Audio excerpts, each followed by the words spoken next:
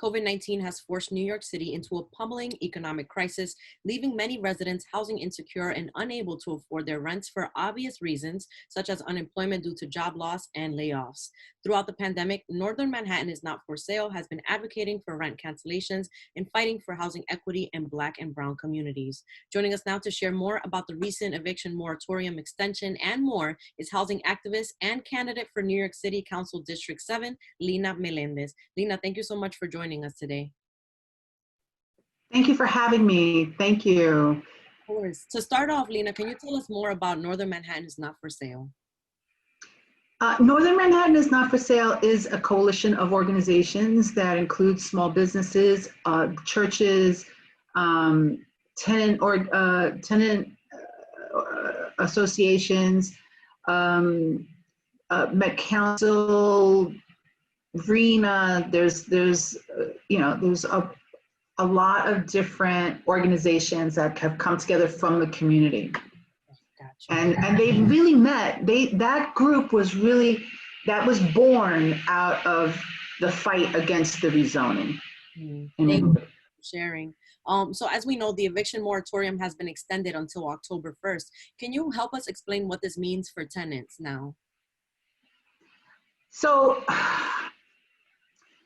this does not help people who were already in eviction proceedings prior to COVID-19, right? Housing courts are moving forward with these eviction proceedings prior. So, however, courts are closed to eviction proceedings that were started March 17th and after. So state court officials on Wednesday extended, state court officials, not the governor, have extended this moratorium until October 1st.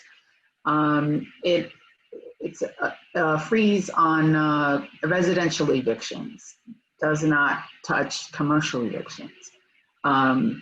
So the governor's universal eviction moratorium ended June 22nd, and thereafter the moratorium he proposed would last until August 22nd, would allow some tenants to fall through the cracks. So it's really been up to the courts to extend and kick the can down the road. Gotcha. Housing organizers and activists such as yourself have been rallying and fighting for further protections in regards to the universal eviction moratorium, canceling rent and mortgages, and housing the homeless. Can you share more about these issues and demands and why they're important to, happen now? We're fighting to level the playing field, right?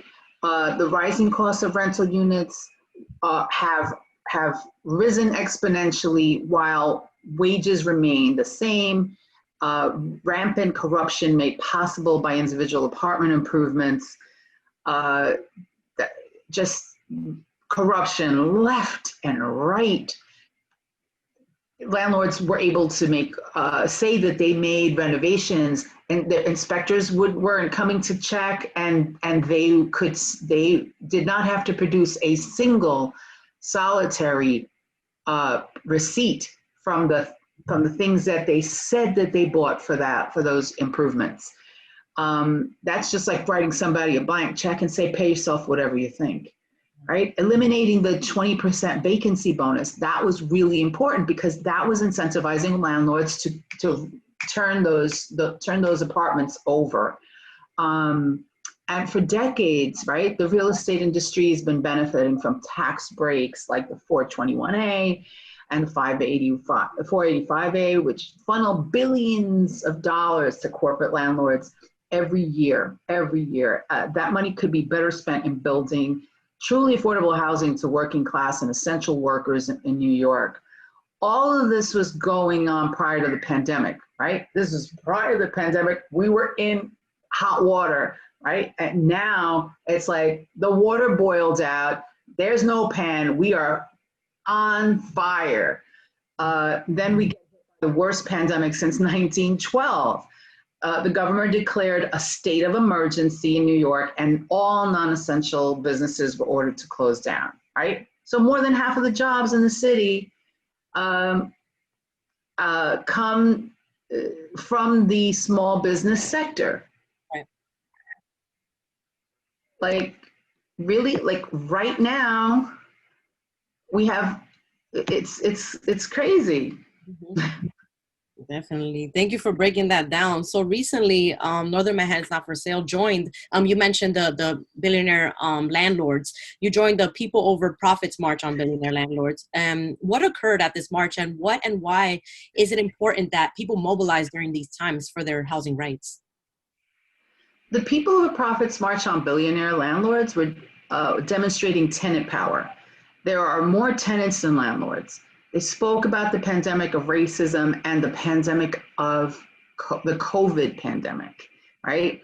And the fact that the pandemic has really just revealed, has really peeled back that thin veil of denial that, oh, there's nothing wrong here. We don't have a race issue. We don't have a class struggle here, you know.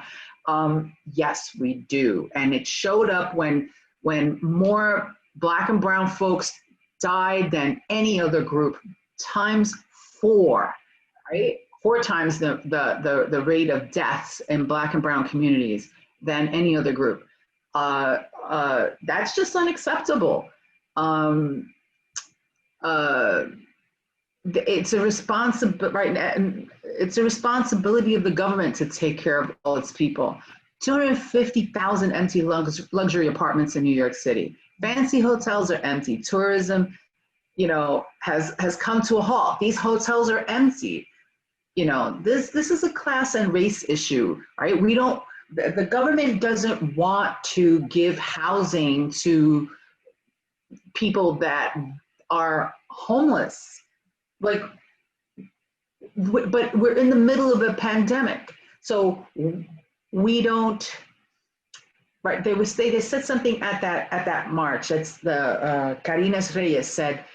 Oh my God, I have it written down. And Karines is one of the assembly members here in the Bronx, so she's standing behind the movements, or in front of the movements as well, side by side with the activists.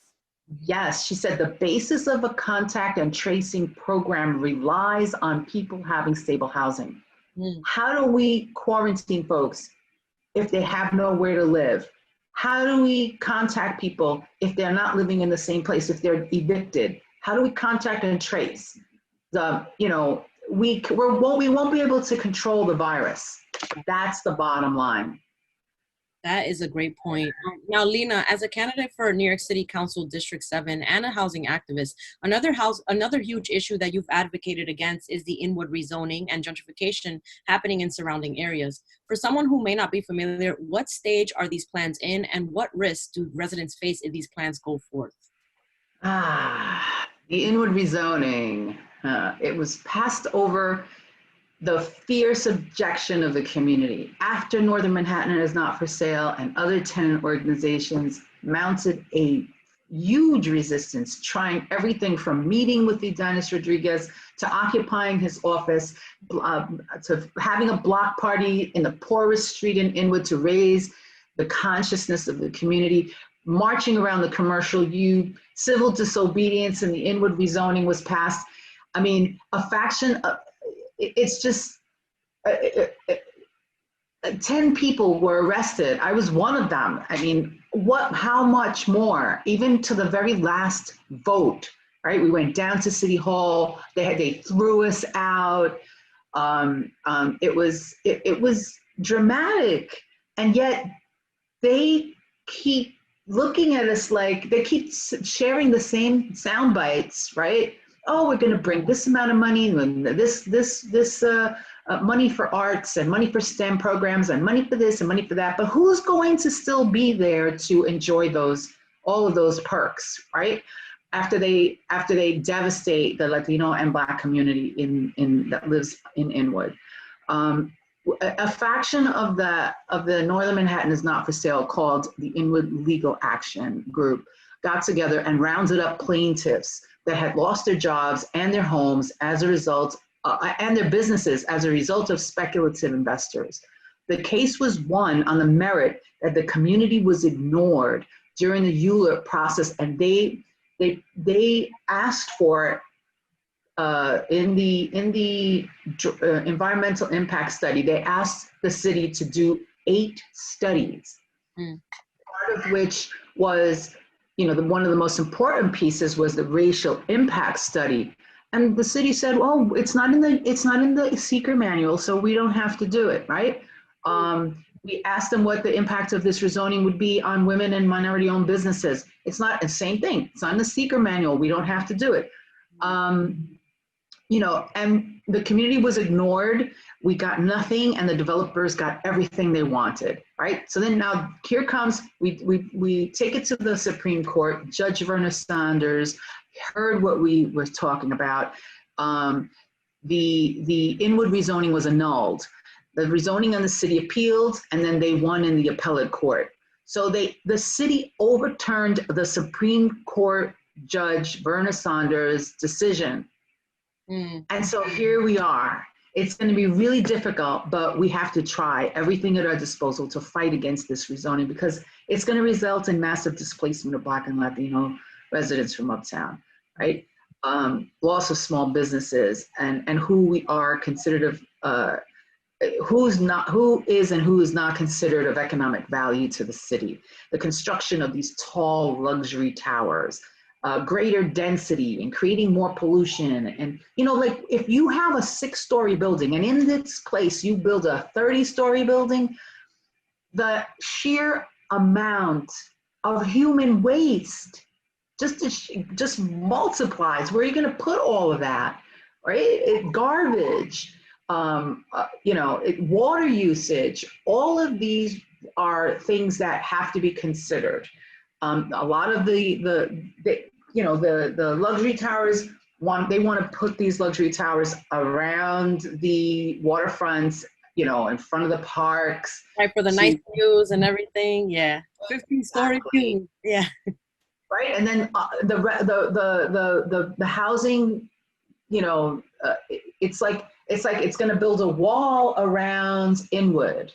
It's the northernmost tip of Manhattan, and then the people living in the middle of that are going to be, they're going to be removed one by one as the rents go up. Right.